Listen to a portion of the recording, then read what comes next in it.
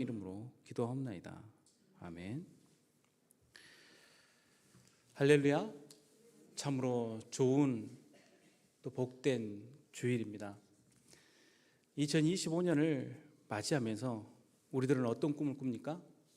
어떤 한 해가 되었으면 하는 바람을 가지십니까?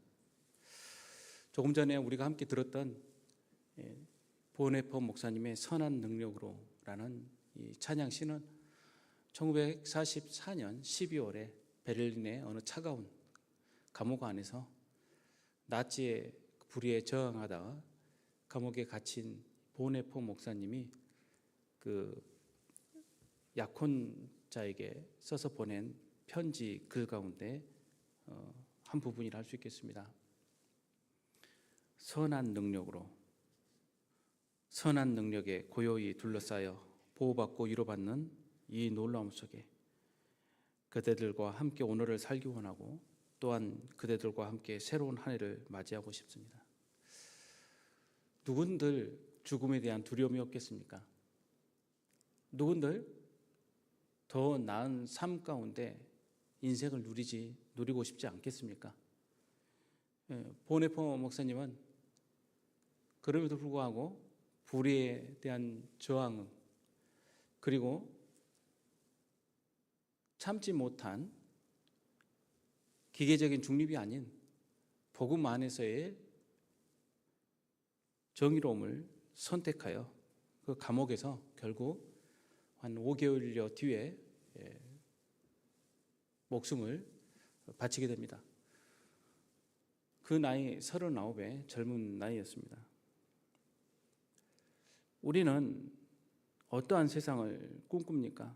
여러분, 선한이란 단어와 능력이란 단어가 서로 잘 연결됩니까? 선한 사람이 힘이 있습니까? 선한 사람이 이 땅에서 그렇게 힘있고 권능 있게 사람들에게 인정받습니까? 그렇지 않다라고 대답하신다면 그것은 이 땅의 질서를 우리 삶 가운데서 크게 보고 있기 때문입니다. 성도 여러분, 하나님의 능력은 선한 능력입니다. 그 능력을 체험하지 못하고 있기 때문에 또 세상의 악함이 너무 우리 가운데 득세하기 때문에 우리는 오늘날에도 힘에 대한 매력에 자꾸 빠지려고 합니다. 선한 것은 힘이 없다라고 우리 스스로 생각을 합니다. 저들처럼 강하고 저들처럼 뻔뻔하고 저들처럼 아주 모질게 굴어야 된다는 그런 악한 마음이 샘솟을 때가 한두 번이 아닙니다. 선에서는 이길 수가 없다라고 우리는 우리 스스로 그렇게 자조하고 있지 않습니까? 하나 분명히 복음에서는 선한 능력을 말씀하고 있고 선한 능력으로 승리할 수 있음을 또 승리해야 함을 말씀하고 있습니다. 우리는 자꾸 우리의 시간과 우리의 계획이 매끈하게 진행될 수 있도록 노력을 합니다. 세상의 질서가 그러하기 때문이죠. 뭔가 빈틈이 있어 보이고 뭔가 거칠어 보이면 세련되지 못하고 또 사람들 보기에 좋지 못하다고 생각을 합니다. 철저하게 계산하고 디테일을 만들어내고 그렇게 해서 사람들에게 인정을 받으려고 하죠. 선한 능력에는 사실 그러한 부드러움 또 세련미가 떨어질 수가 있어요. 우리는 그래서 뭔가 더 권세 있고 권능 있고 더 있어 보이는 쪽을 택하려고 합니다.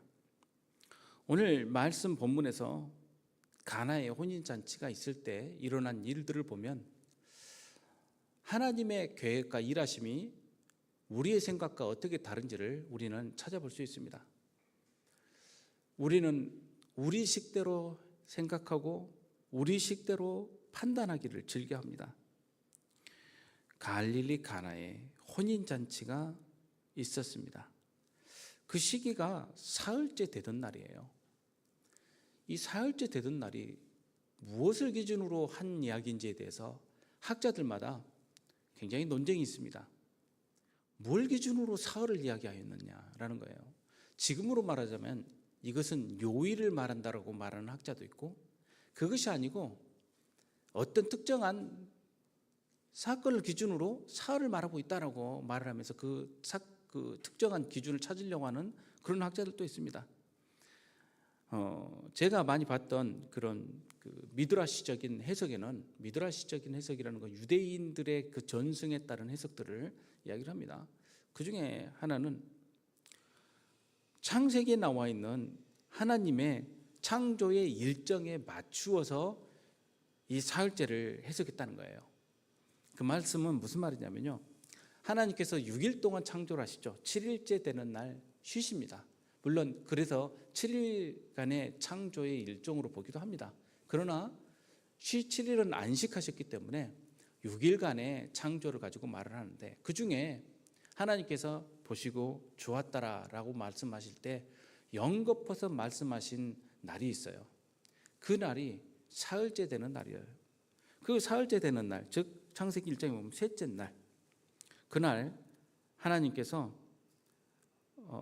보시기에 좋았다라는 말씀을 연거푸 말씀하십니다. 하나님의 묻을 땅이라 부르시고 모인 물을 바다라 부르시니 하나님이 보시기에 좋았더라. 하나님이 이르시되 땅은 풀과 씨 맺는 채소와 각기 종류대로 씨 가진 열매 맺는 나무를 내라 하시니 그대로 되어 땅이 풀과 각기 종류대로 씨 맺는 채소와 각기 종류대로 씨 가진 열매 맺는 나무를 내니 하나님이 보시기에 좋았더라. 하나님도 푸른 그리고 또 생명체를 보시고 기분이 아주 좋으셨던 것입니다. 그래서 좋았다라는 말씀을 하시죠. 이 연거푸 좋았다라는 말씀을 하신 날, 이날이 소위 말하는 대박 치는 날, 그래서 우리식으로 말하자면 손 없는 날, 이렇게 계산해서 이 셋째 날에 결혼식을 즐겨 하였다라는 해석이 있습니다. 그러나 역사적으로 찾아보니까 유대인들이 꼭 그날을 결혼식 날로 그렇게 택한 건 또 아니더라고요. 또 이 사흘째 되는 날을 시내산 전승을 따라서 하나님께서 모세에게 강림하셔서 말씀을 주신 날, 이 날이 바로 셋째 날, 사흘째 되는 날로 이렇게 이해를 하기도 합니다. 예수님의 또 부활 전승과 관련된 사흘째 되는 날이 또 있습니다. 예수님께서 바로 이 사흘을 예수님의 마지막 속죄 사역과 관련된 날로, 또 부활하신 날로 말씀하셨기 때문입니다. 여러 가지 의미를 갖고 있겠지만 이 사흘째 되던 날, 무엇보다도 예수님의 공생애의 시작점에서의 첫 번째 이적이 시작된 날로서 아마 우리는 기억을 해야 될 것 같습니다. 예수님과 제자들도 이 결혼잔치의 청함을 받으셨어요. 결혼잔치, 유대인들의 결혼잔치는 보통 저녁에 시작을 합니다. 그리고 한 주 내내 진행하는 경우가 흔했습니다. 오늘날도 우리식처럼 결혼식을 하지는 않아요. 그러니까 예식장에 가서 한 30분, 1시간 만에 결혼식을 끝내고 사진 찍는 시간이 훨씬 길고, 그리고 밑에 뷔페 식당에 들어가서 얼른 밥 먹고 돈 내고 빨리 돌아오는 이런 결혼식을 유대인뿐만 아니라 서양 사람들이 보기에는 굉장히 의아하고 급하다고 생각을 할 겁니다. 결혼식은 참으로 가깝고 친한 사람들이 함께 모여서 하루 종일 신랑 신부가 기뻐할 수 있도록 옆에서 함께 즐거워하고 잔치에 참여하는 것이 이 결혼이기 때문입니다. 이 결혼잔치에 예수님뿐만이 아니라 제자들도 초대받고 어머님도 같이 오셨어요. 그래서 아마도 학자들은 이 결혼잔치가 예수님과 가까운 지인의 결혼식이 아니었나 이렇게 생각을 합니다. 뭐 한두 사람도 아니고 모두가 예수님 제자까지 초대를 받았기 때문이죠. 그렇게 보지 않는 관점도 있습니다. 그런데 하필 결혼식에서 포도주가 떨어졌어요. 아마 예수님께서도 하루만 계신 것 같지 않아요? 하루 만에 보통 포도주가 떨어지지는 않기 때문이죠. 그리고 이 포도주가 떨어지는 데는 예수님의 제자들도 기여를 하지 않았나 이런 또 생각도 듭니다. 예, 아주 기분이 좋았던 모양입니다. 그래서 예수님의 제자들이 먹성이 좀 좋아요. 보면은요, 그 밀밭을 아예 통째로 아주 이렇게 수확을 하면서 지나갈 정도로 보면은 먹성들이 아주 좋습니다. 포도주가 떨어졌어요. 그런데 예수님의 어머니께서 예수님에게 갑자기 뜬금없는 부탁을 합니다. 이 소식을 알립니다. 야, 결혼식에 포도주가 없단다. 자, 이 말씀이 무엇을 의미하는 뜻일까요? 이제 포도주가 없으니 재미가 없구나, 이 뜻입니까? 아니면은 무슨 뜻입니까? 예수님 보고 네가 좀 어떻게 해결을 하라, 이 뜻 아닙니까? 예수님이 언제부터 포도주 장사를 하셨습니까? 아니면 예수님께서 돈을 좀 많이 가지고 계셨습니까? 여러분, 무엇 때문에 예수님의 모친 마리아가 예수님께 포도주가 없다고 이 소식을 알리는 겁니까? 그리고 포도주가 떨어진 것을 예수님의 어머니는 어떻게 하셨을까요? 점차 줄어드는 모습을 보고 알았습니까? 아니면 진짜 바닥난 걸 보고 포도주가 없다라고 이야기하셨을까요? 아마도 예수님의 어머니는 여인들끼리 통하는 그런 그 소식통을 통해서 부엌의 분주한 소식들을 들었을 겁니다. 포도주가 떨어져 가는데 어떡하지? 이 이야기를 들으셨을 거예요. 그리고 이 해결책을 예수님께 묻고 있는 것입니다. 여러분, 한번 생각해 보신 적 있어요? 예수님의 어머니 모친 마리아가 예수님께 왜 이야기를 하셨을까? 여러분, 그런 거 질문 생각 안 하시죠? 믿음대로 다 그냥 예수님은, 어머니는 다 믿고 계시니까, 예수님 누군지 알고 계시니까 포도주뿐만 아니라 무엇이든지 다, 홍어도 떨어졌단다, 무엇도 떨어졌단다, 다 말씀할 수 있는 분이니까 이야기하셨겠거니 생각하십니까? 이제까지 예수님께서는 어떤 기적도 행하지 않으셨어요. 예수님이 무엇을 하실 줄을 예수님의 어머니 모친 마리아는 어떻게 하셨을까요? 자, 여기에서 중요한 부분이 이제 등장을 합니다. 예수님께서 어떤 분이신지를 마리아는 알고 있었기 때문에 이 요청이 구성이 되는 겁니다. 자, 그러면 예수님께 이 요청이 되면 예수님께서 뭐라고 말씀을 하셔야 돼요? 아, 그래요 어머니, 제가 어떻게 좀 알아볼랍니다. 이렇게 일어나야 자식된 도리 아니겠어요? 그런데 예수님께서 하시는 말씀을 좀 들어보십시오. 여자여, 나와 무슨 상관이 있나이까? 어떻게 들리십니까? 상당히 불편하게 들리지 않습니까? 예수님께서 성경에 보면 어린 시절 부모님께도 굉장히 순종하셨고, 그리고 사람들과 하나님께 사랑받으셨다고 나오는데, 이 예수님이 가정교육을 잘못 받으신 겁니까? 어떻게 해서 여자여, 나와 무슨 상관이 있나이까? 이렇게 대꾸를 하게 됩니까? 여기서 여자라는 단어는 귀나이라는 호칭인데 그렇게 무례한 표현은 아닙니다. 사실 부인이란 뜻이니까요. 그런데 그 표현 자체가 어찌됐든 간에 어머니에게 이렇게 말하는 것은 그닥 존경을 담은 호칭이라고 할 수 있는 어렵겠지 않습니까? 자, 이렇게 예수님께서 말씀하시는 배경, 그리고 그 뒤에 또 있다는 말씀에는 우리가 꼭 이해해야 될 이해의 근거가 담겨 있습니다. 내 때가 아직 이르지 아니하였나이다. 어떤 때를 말을 할까요? 누구의 때를 말을 할까요? 예수님께서는 이 순간에는 예수님의 모친 마리아의 아들로서가 아니라 하나님의 아들로서 말씀을 하고 계시는 겁니다. 하나님의 아들로서의 일의 시작, 그리고 그 일의 내용을 말씀하시는 겁니다. 단지 이 결혼식장에 도움을 주는 것 이상으로 이 일로 말미암아 시작될 하나님의 일에 대하여 말씀하고 있는 것입니다. 여기서 말하는 때라는 것은 호라라는 헬라어로서 시간, 정확한 시간을 말하고 있어요. 시간을 말할 때 이 단어를 씁니다. 그리고 어느 정해진 때를 말할 때는 크로노스라는 단어를 써요. 아직 정해진 때라기보다는 시간을 말하고 있습니다. 여기서는요. 정해진 때는 바꿀 수 있는 게 아니에요. 여기서 말하는 호라라는 때는 예수님께서 해야 될 일에 대한 시간의 시작점을 이야기하고 있는 거죠. 그런데 아직 그때는 아니라고 예수님께서는 단언을 하고 계시는 거예요. 이 말씀을 듣고 마리아는 어떻게 합니까? 마리아는 이 말씀을 듣고 그냥 돌아가는 것이 아니고 그 하인들에게 무슨 말씀을 하시든지 그 말씀대로 하라라고 말을 전달을 합니다. 자, 여기서 저는 오늘 말씀의 주제를 이 말씀과 이 본문과 관련해서 오늘 여러분과 함께 나누려고 하는 것입니다. 때, 하나님의 아들로서의 때가 아니라는 이 말씀은 여러분 어떻게 들리십니까?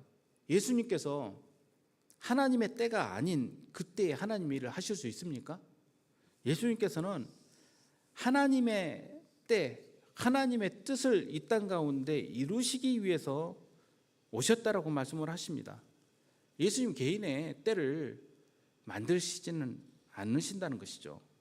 그런데 예수님께서 그 뒤에 하시는 행동을 보면 내 때가 이르지 아니하였다는 거절을 하셨음에도 불구하고 일을 하시거든요. 그러면 내 때가 이르지 아니하였다는 말씀은 진실이 아니고 빈말이었을까요? 아니면 조금 한 번 거절하고 그 다음에 권위를 만드셔서 두 번째 일하시는 그런 모습이셨을까요? 그렇지 않죠. 예수님은 진실하신 분이십니다. 거짓이 없으신 분이시죠. 그렇다면 예수님의 공적 사역의 때는 언제부터일까요? 또 이 말씀은 거절의 말씀이 맞는 이야기일까요? 저는 예수님께서 이 말씀하신 이유가 다음 단계의 행보를 기대하시는 말씀이라고 저는 이해를 하고 있습니다.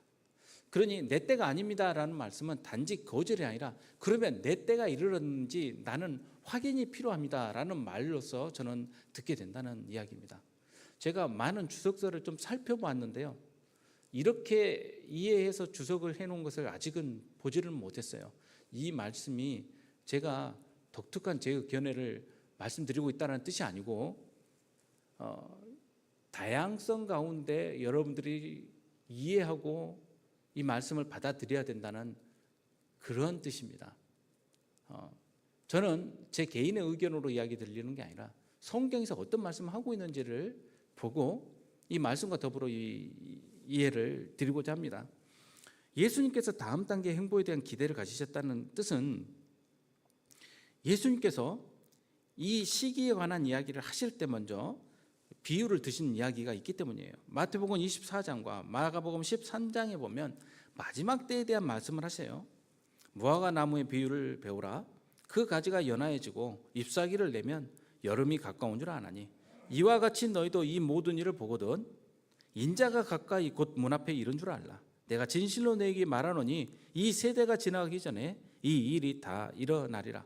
천지는 없어질지언정 내 말은 없어지지 아니하리라. 그러나 그 날과 그 때는 아무도 모르나니 하늘의 천사들도 아들도 모르고 오직 아버지만 아시느니라.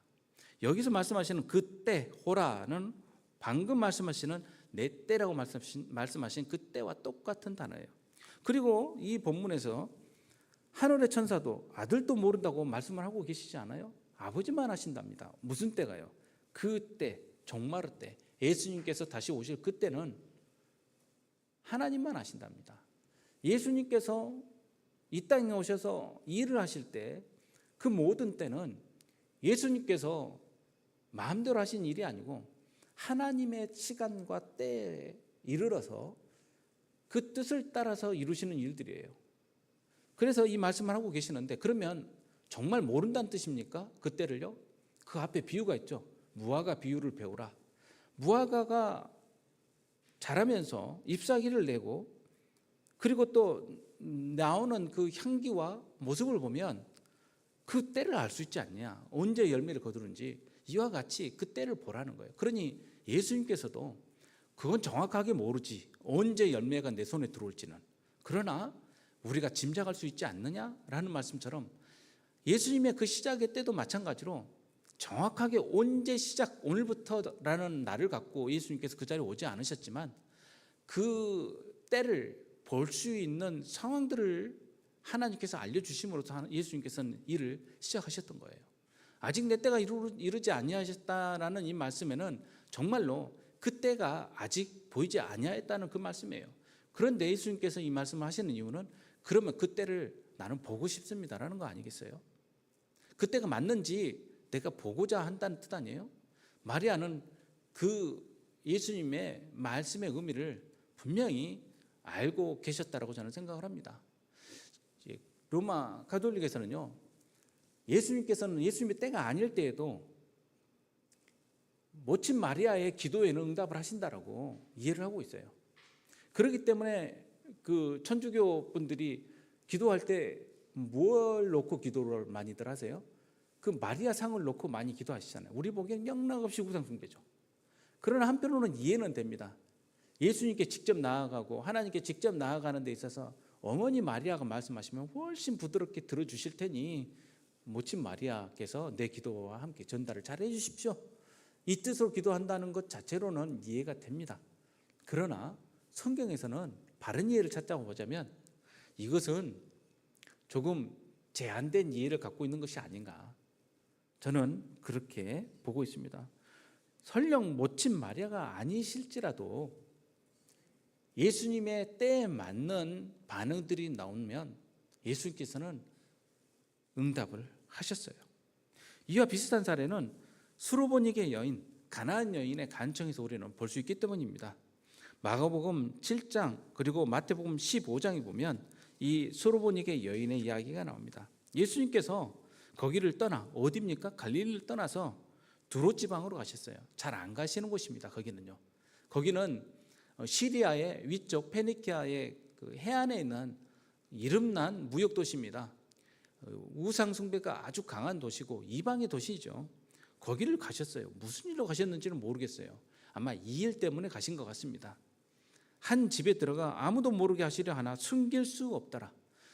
예수님께서 이를 드러나게 안 하셔도 다 드러나게 되었다는 것이죠. 이에 더러운 귀신 들린 어린 딸을 둔 한 여자가 예수의 소문을 듣고 곧 와서 그 발 아래에 엎드리니 이 여자의 정체는 헬라인이요 수로보니게 여인이라. 그리고 마태복음 15장에 보면 가나안 여인이라고 나오고 있습니다. 이 여인이 예수님 발 아래에 엎드려 자기 딸을 치유해 주시기를 간구합니다. 이렇게 간구를 합니다. 소리질러 이르되 주 다윗의 자손이여 나를 불쌍히 여기소서. 내 딸이 흉악하게 귀신 들렸나이다 하되. 이 외침 어디서 들어본 것 같지 않습니까? 역시 귀신 들린 아들을 둔 아버지가 예수님 앞에 나와가서 나의 믿음 없음을 불쌍히 여겨달라고 말씀하면서 요청하는 그 기도 맞닿아 있지 않습니까? 그런데 예수님의 이 응답을 보십시오. 마리아에게 하셨던 그 말씀이 연상됩니다. 더 좀 심하죠. 여자여 나와 무슨 상관이 있나이까? 이 말씀보다 더 심한 말씀이 나옵니다. 한 말씀도 대답하지 않으세요. 대꾸도 안 하셨다는 뜻이에요. 아니 사랑의 예수님께서 어떻게 이러실 수가 있습니까? 심각하지 않아요? 역시 믿음이 다 크셔서 어떠한 의문도 안 드시고 그 뒤에 들어주셨으니까 이렇게 여러분들 생각을 하십니까? 저는 사실 성경을 읽을 때 좀 감정을 이입해서 읽거든요. 저는 굉장히 속이 탔어요. 예수님 왜 그러셨을까? 이것 갖고 며칠째 끙끙 앓은 적도 있습니다. 왜 예수님은 모질게 굳이 그러셨을까? 그럼 이 여인이 신랑해가지고 마음에 상처받고 가버렸으면 어떻게 할 거예요? 예수님이 어떻게 알아요? 이 여인이 끝까지 간구할지 아니면 상처받을지. 사람은 모르잖아요. 저희도 교회에서 말 한마디 잘못해가지고 얼마나 서로 간에 힘든 적이 많아요. 보면 그 뜻이 아니었는데 아무리 옆에서 그게 아니었다고 말해도 한 번 상처받으면 쉽지 않잖아요. 근데 예수님께서 이렇게 말씀을 하셨어요. 대꾸도 안 하시다가 결국 제자들이 와서 부탁을 합니다. 아 예수님 그러지 말고 어떻게 좀 해보십시오. 너무 시끄러워서 이거 우리가 서 있을 수가 없습니다. 예수님께서 대답하여 이르십니다. 이렇게 말씀하십니다. 나는 이스라엘 집에 잃어버린 양 외에는 다른 데로 보내심을 받지 아니하였노라. 이 말씀 무슨 말씀이에요? 내가 이방 여인과 상관할 일이 없다는 뜻 아니에요? 그러면 이 여인이 이제 예수님은 그렇게 듣지 않았는데 사람들에게 정말 자비하시고 사람들 사랑하시고 다 들어주신다고 들었는데 내가 잘못 알았구나. 이 예수가 내가 바라는 그런 분이 아니구나. 그 자리에서 일어나서 떠나버렸으면 끝나는 거 아니에요? 그러나 이 여인은 끈질깁니다. 예수님 그러지 말고 저 좀 도와주세요. 그러니 예수님께서 또 말씀하십니다. 더 심하게 말씀하세요. 야, 자녀의 떡을 취하여 개들한테 주는 것을 옳다고 생각하니? 그럼 이건 무슨 말씀이에요? 유대인들은 자녀들이고 예수님이 주실 떡은 자녀에게만 주는 떡이고 밥이지 그 키우는 개한테 주진 않는다는 뜻인데, 그럼 이 여인은 뭐가 됩니까? 개 같은 여인이 되는 거 아니에요? 그럼 완전히 심각한 요구 아닙니까? 여러분 이런 말까지 듣고도 그 자리에 머물고 싶습니까? 아니죠. 내가 이러고 보려고 여기 왔겠니? 그냥 내가 세상 진짜 뭐 당신밖에 없겠어?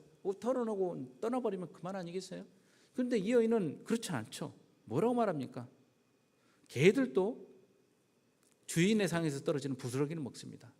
그리고 먼저 하는 이야기가 주님 옳습니다. 당신의 말이 맞습니다. 어떻게 음식을 자녀에게 줄 음식을 개한테 준답니까? 그러나 옆에 같이 있는 개도 불쌍해서 같이 먹던 남은 음식 나눠주지 않습니까? 저 그 부스러기라도 좀 먹고 싶습니다. 이 뜻 아니에요? 그러니 예수님께서 이 말씀을 합니다. 마가복음에서는요 아이가 낳았다라고 선언을 하시고, 마태복음에서는요 여자여 내 믿음이 크도다 내 소원대로 되리라 하시니 그때로부터 그의 딸이 나으니라고 말씀하세요. 자, 예수님께서 거절하신 이유, 예수님께서 거절은 그러면 허풍이었습니까? 아니면은 그냥 모진 이 여인을 모욕주기 위한 이야기였습니까? 예수님께서는 기대를 갖고 계셨죠. 그 기대를 이 수로보니게 가나안 여인에게서 듣고자 하신 기대가 있었을 겁니다. 그리고 그 기대는 뭐냐면 이 여인의 절박한 가운데 외치는 그 믿음의 선언을 듣고자 하는 거였죠. 그게 예수님께서 기대하시는 바 아닙니까? 그리고 그 기대는 이 여인 한 사람에게 주는 기대가 아니에요. 이 기대는 함께 있는 모든 유대인들에게 이 여인의 입을 통해서 들려주시고자 하는 내용입니다. 너희들 하나님의 자녀인데도 불구하고 믿음도 없고 기대도 없고 갈증도 없구나. 이 여인에게는 이러한 믿음과 갈증이 있는데 하나님의 사랑이 어디로 가겠느냐, 이 뜻 아니겠어요? 예수님께서는 이 자리에서 가나 혼인잔치 자리에서 반응을 보고자 하는 것입니다. 하나님의 때가 이르렀는지, 예수님의 그 공생의 공적 사역의 시작점이 계시되어야 하는 것인지에 대한 반응을 보고자 합니다. 그 반응이 무슨 반응입니까? 바로 믿음의 반응인 거예요. 이 반응이 바로 예수님의 때를 알리는 반응이기 때문이에요. 여러분, 하나님의 때와 계획은 어떠하십니까? 요나를 통해서 니느웨에 가서 말씀을 전하라고 했을 때 하나님의 뜻은 무엇입니까? 심판의 메시지예요. 그 니느웨가 악하기 때문에 내가 가만두지 않겠다, 가서 그 이야기 하라 라는 것 아닙니까? 그런데 요나는 철떡같이 뭘 알아듣습니까? 아니야, 이건 하나님께서 분명히 용서하려는 용서의 선언이구나, 이렇게 알아듣지 않습니까? 어떻게 그게 똑같은 말이에요? 심판과 용서가 어떻게 똑같습니까? 그러나 믿는 믿음 안에서는 하나님이 어떠신 분이신지를 분명하게 알고 있는 거예요. 수로보니게 가나안 여인은 예수님이 어떤 분이신지를 분명히 믿고 나아가고 있는 것입니다.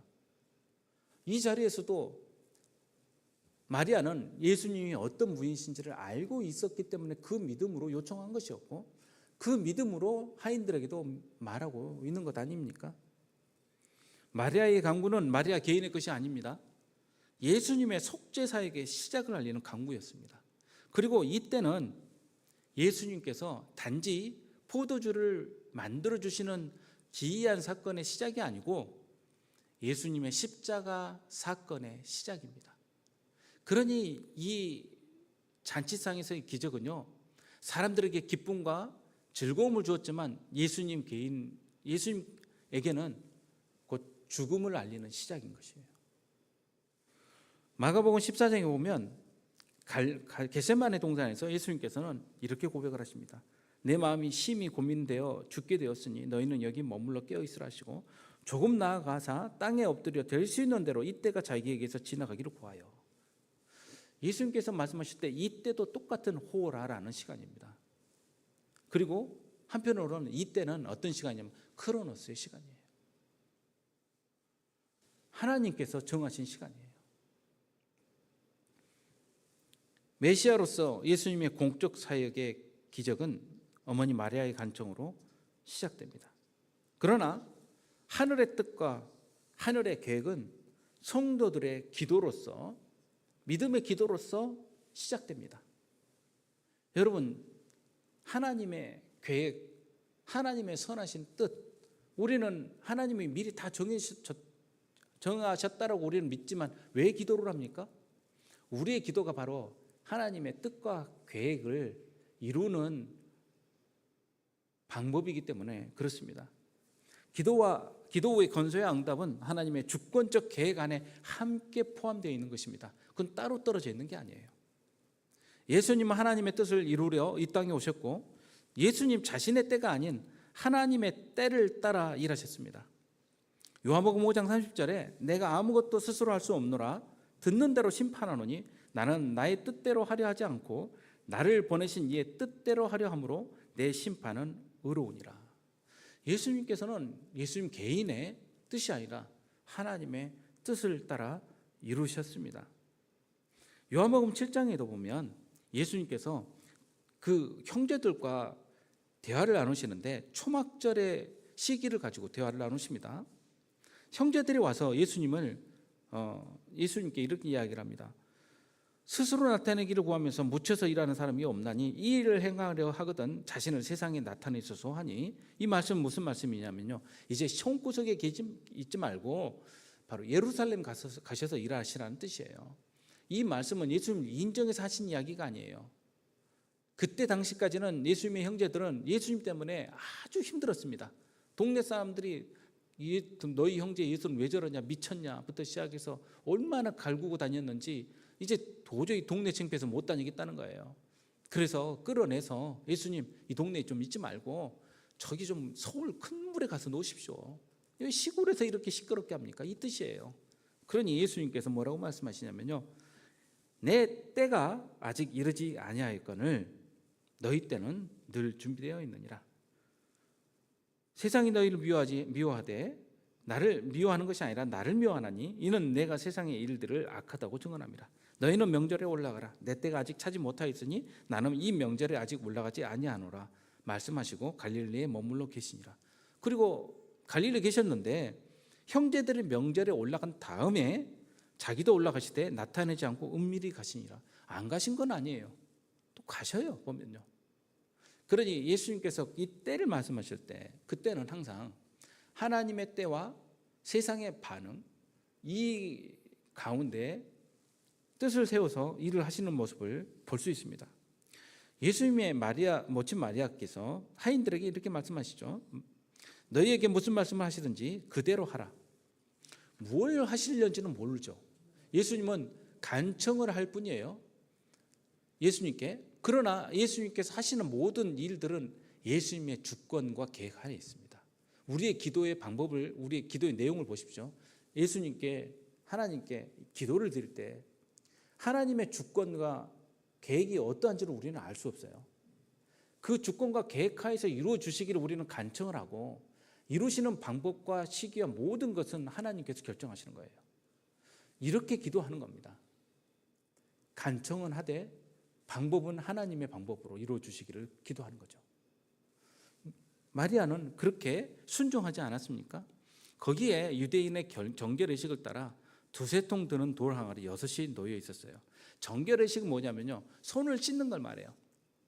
유대인들은 정결의식을 하지 아니하면 어떠한 일도 하지 않았습니다. 이것은 위생 때문에 손을 씻는 게 아니에요. 하나님 앞에서 내가 구별된 사람이라는, 하나님의 백성이라는 것을 드러내는 상징으로서 손을 씻습니다. 그래서 보면은 깨끗이 막 뿌득뿌득 씻질 않아요. 손에 물을 살짝 부숴서 털어냅니다. 보면은요, 그렇게 손을 씻습니다. 그래서 물을 흐르게 만들어요. 손잡이가 양쪽에 달렸어요. 한쪽 잡고 흘러내면 그 손으로 똑같은 손잡이를 잡지는 않습니다. 다른 손잡이를 잡아요. 그것도 상징이에요. 그렇게 잡으면 여기가 더 오염이 덜 되고 그렇습니까? 다른 사람도 다 같이 잡는데 상징입니다. 내가 잡는 쪽, 다른 손, 이렇게 해서 붓습니다. 그래서 이 물을 담아두는데, 이 물을 담아둘 때 턱이 그릇이나 다른 그런 항아리에 담질 않아요. 그것은 정결의식 때문에 그래요.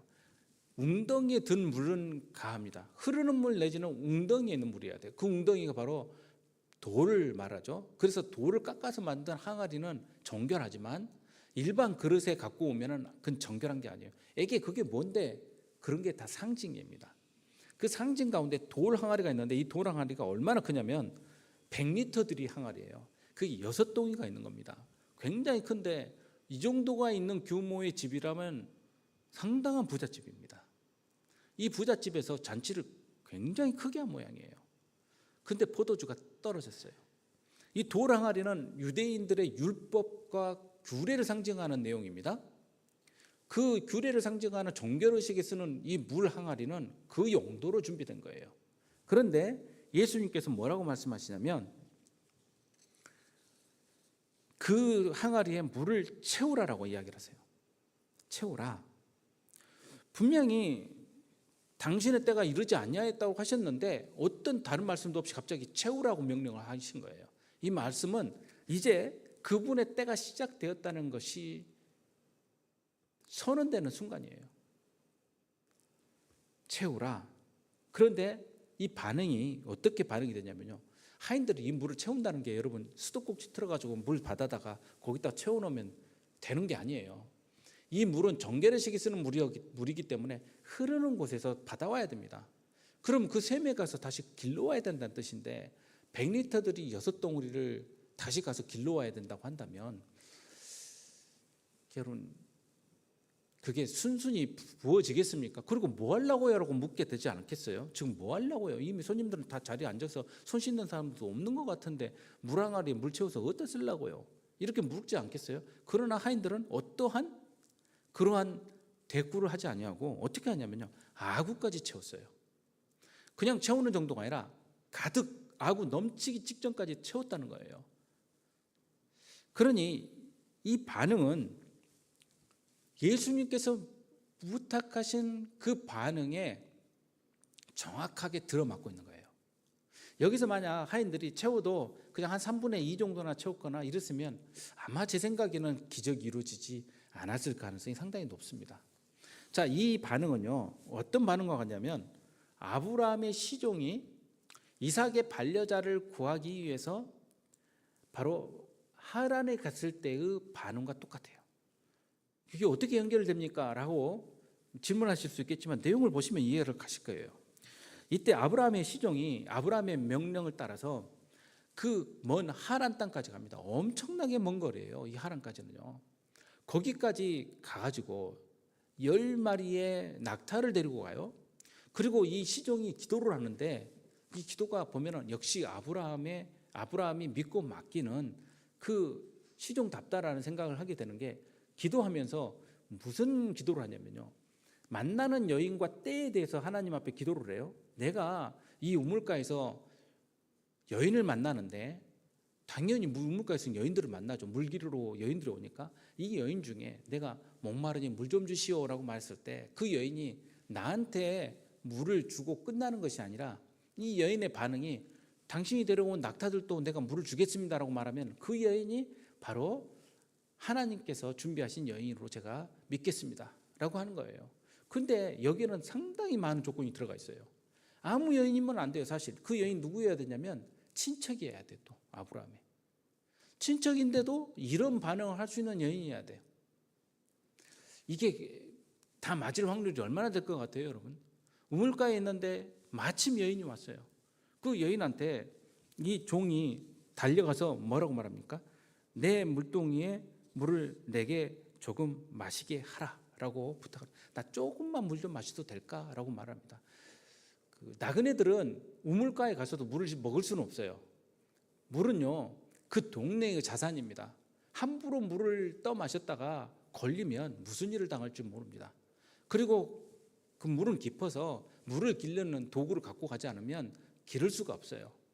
이 도구들을 가지고 있어야 됩니다. 이 여인에게 부탁을 합니다. 물 좀 조금 주시오 라고 말합니다.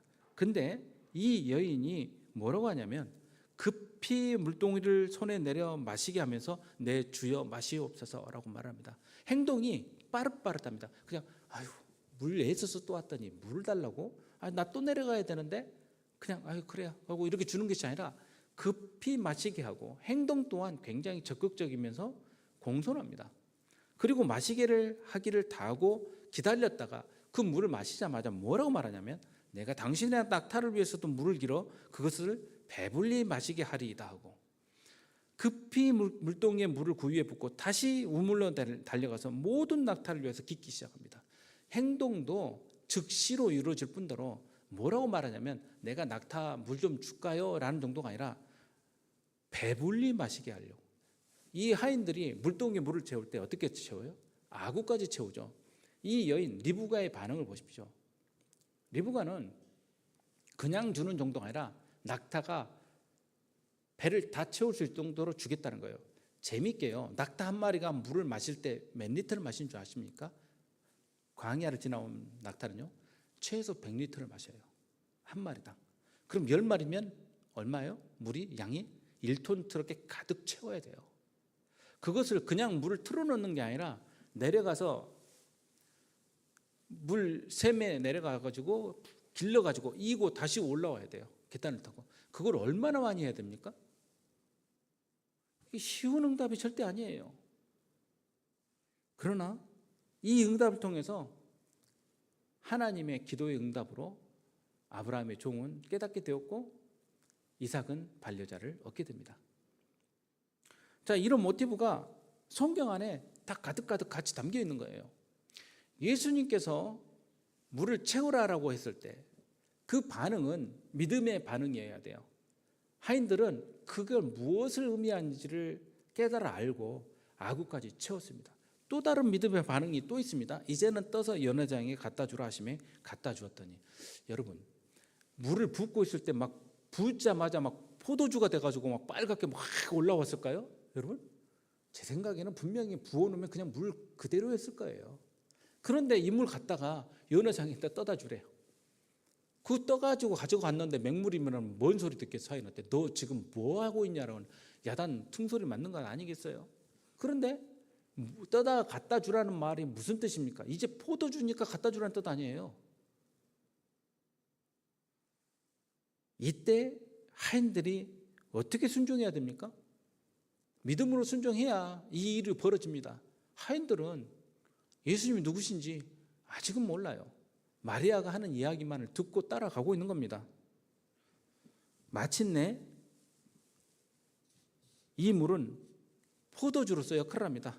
연회장은 물로 된 포도주를 맛보고도 어디서 났는지 알지 못하되 물도온 하인들은 알더라.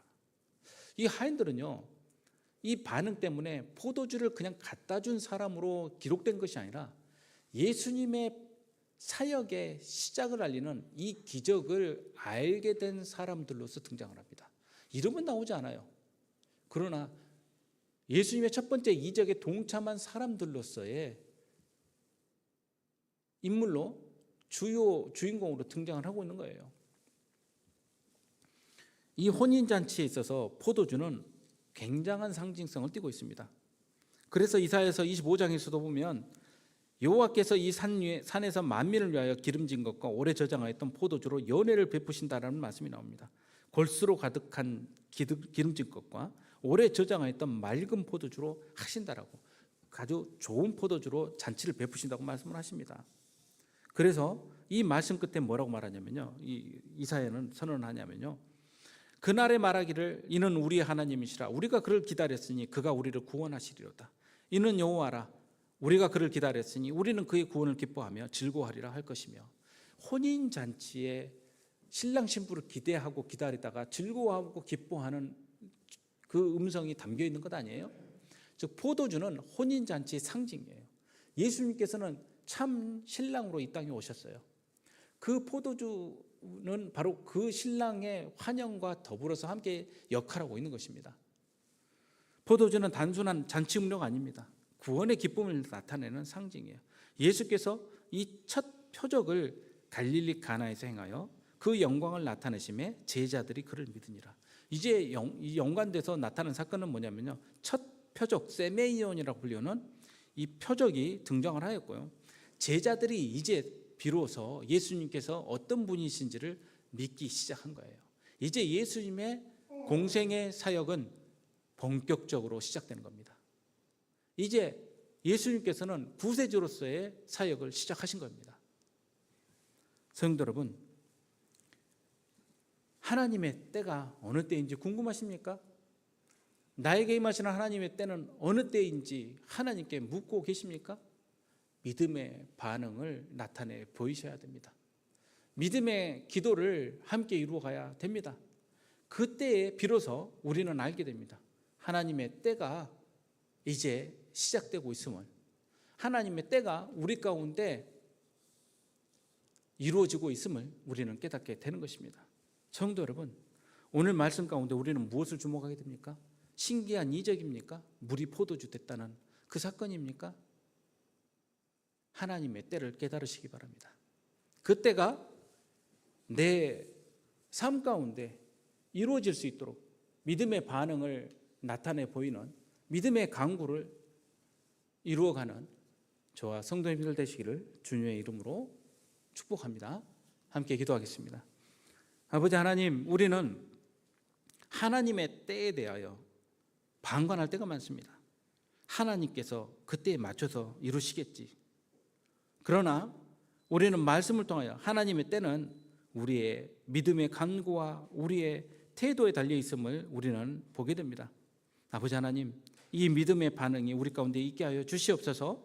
감사드리며 예수님의 이름으로 기도하옵나이다. 아멘. 이제 자리에서 일어나셔서 찬송가 300